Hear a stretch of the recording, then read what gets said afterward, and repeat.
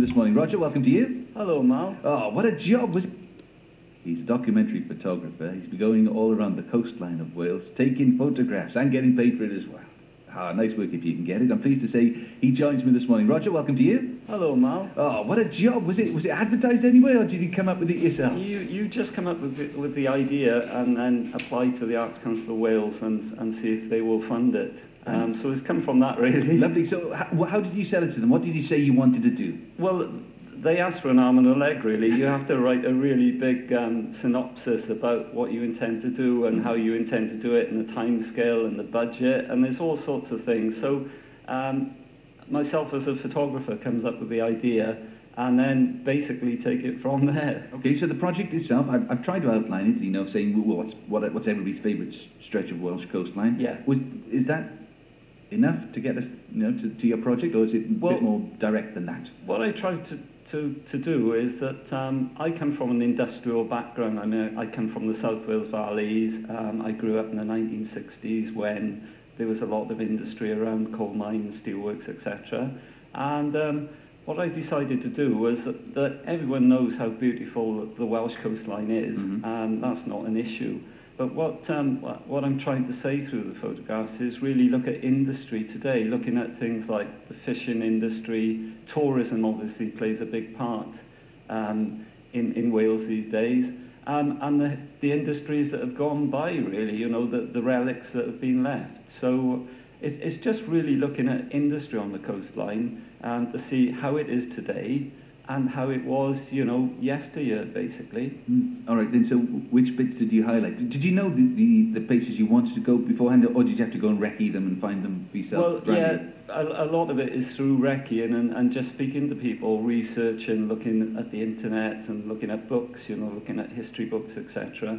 The best way to research is by speaking to people, and being a photographer, everyone sort of that sees you taking pictures asks why you're taking pictures, so it's a good introduction, really, to get some information. All right, give me some descriptions of places that you found and what you saw when you got there. Well, originally I was thinking about the docks in South Wales, because, as I said, I come from the South Wales valleys. Coal was exported through the docks of a place like Newport, Cardiff, Swansea, etc. So the first thing I did was try and get permission to go on the docks, and fair play to the docks, they've been fantastic. They've given me full permission.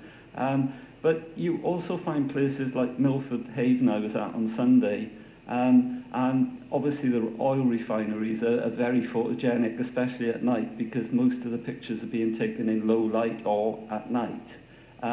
But some locals came up to me and they started talking about a factory which was disused, because I asked could I get into the factory to take some photographs.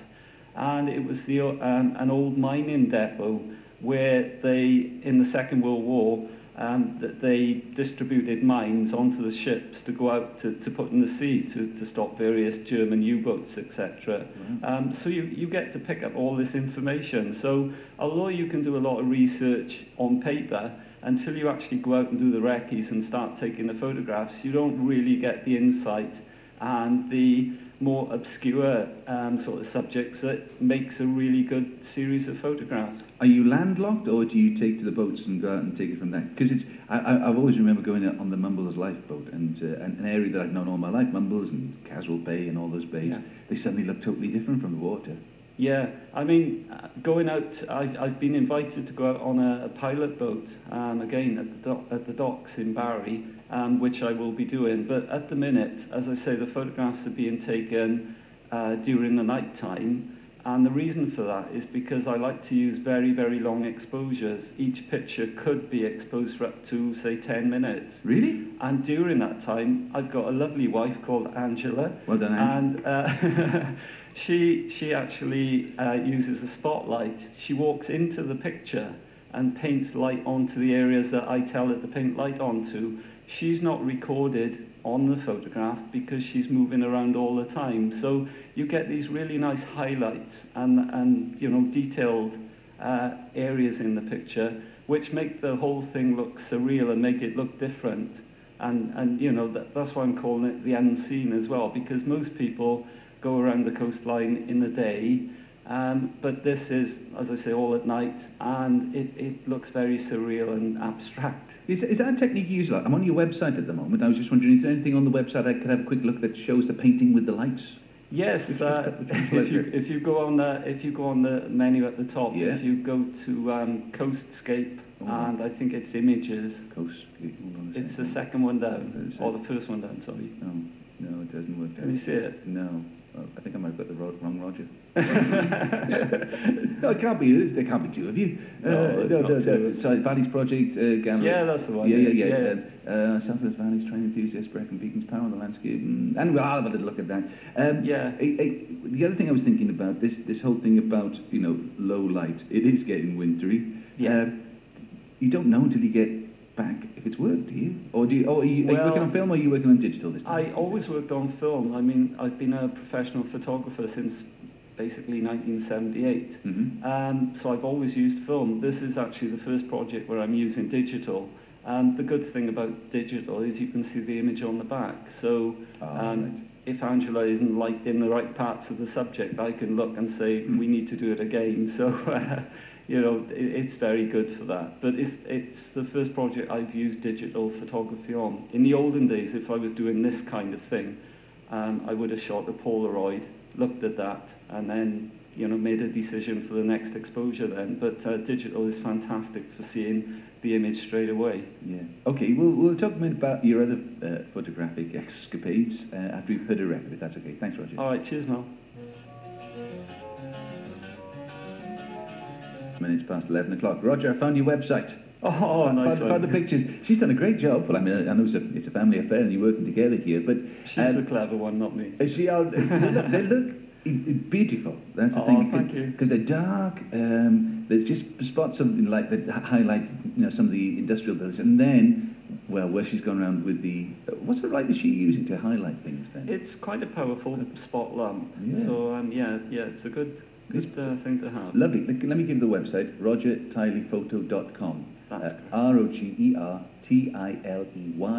photo.com. You've got a diary of the photographs that you've been taking. Yes. You said in the olden days. How old are you? You can't be that old. Oh, you can't ask me that. But I mean, in the olden days, you used to always film and stuff like that. The world has changed so quickly in photography. But you grew up using film and developing photographs yourself. Where did you grow up? I grew up in Cross Keys in Gwent.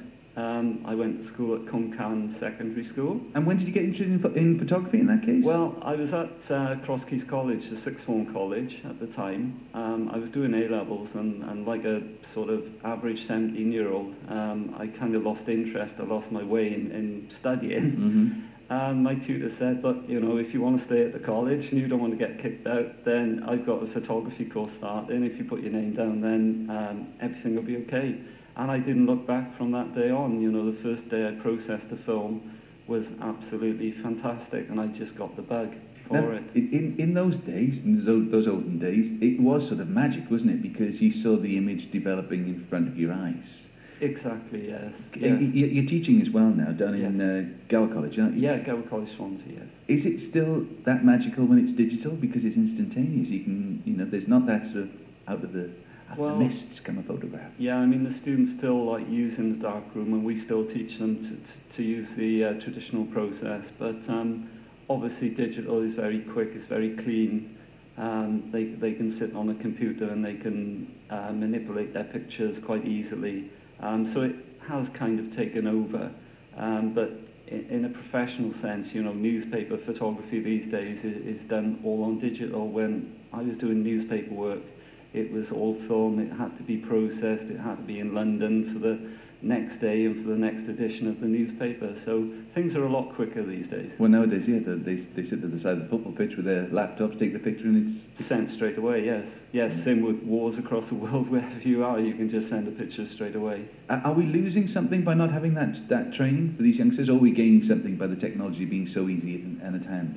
Well, there's two sides to that coin. I mean, technology is fantastic, and it will continue to develop. I wouldn't be surprised in 20 years' time if a camera can go out by itself and take pictures, But the traditional methods are really important to teach students to get their skills on learning things about light and just basic things where they need to develop that and take it further in whatever medium they use, if it's traditional photography or digital. Nothing.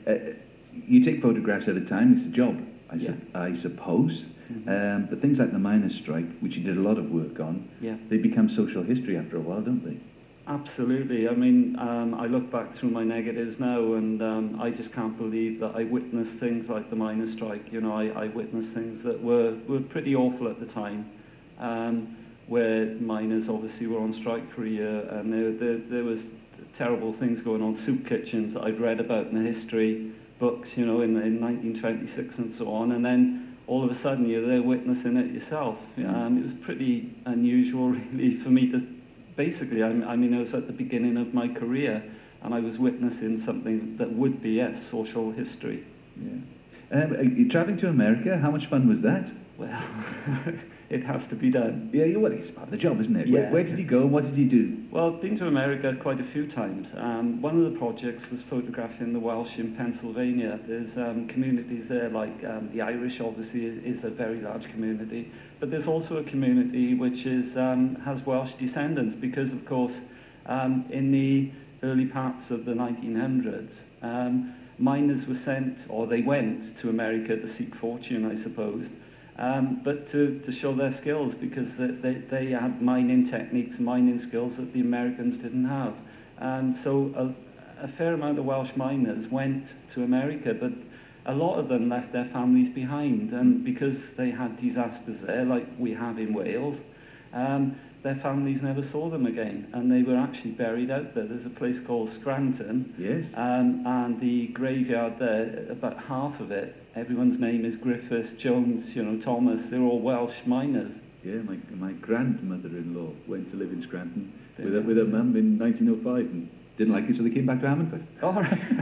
Well, Hammondford's a beautiful place. Absolutely. You can see where she was coming from. Yeah. In your travels at the moment, have you finished the project about the coastline? Is it all done and dusted? No, it's going to last for 1 year, and the nice thing about these commissions is that, like, you can spend a lot of time in actually producing the work, whereas newspaper work is you're out on a job today and then the pictures need to be ready for this evening or tomorrow. So I'm 2 months into the project, and it's 1 year, it lasts 1 year, and it's going really well. And you managed to combine it then with your work at Gower College as well? Yeah, I mean, I'm an absolute dedicated photographer. I'm crazy, and I've always said I want to practice what I preach. So I've always told the students, look, I'm a working photographer. I'm not just a teacher. And I just tell them all the experiences that I have on a regular basis. They can see my website. They can talk to me about my work. A lot of them write their dissertations on me. So I think that's a really important part of teaching. Great stuff. Well, it's called, the project's called Manufactured Coastscape. It's a project that's going to run for a year. And where will it be shown in the end? Well, at the moment, it's sort of not been agreed. Okay. There's two venues that have been agreed. That is the Aberdare Museum, the Cannon Valley Museum, yes, and the Rhondda Heritage Museum. Yes. And then it will be on tour around the country, but we need to organise all that first of all. Plenty of time, 10 months to go. Yeah. Roger, lovely to speak to you. All the best with the project. Oh, diolch, Mel. Diolch yn fawr iawn. Cheers.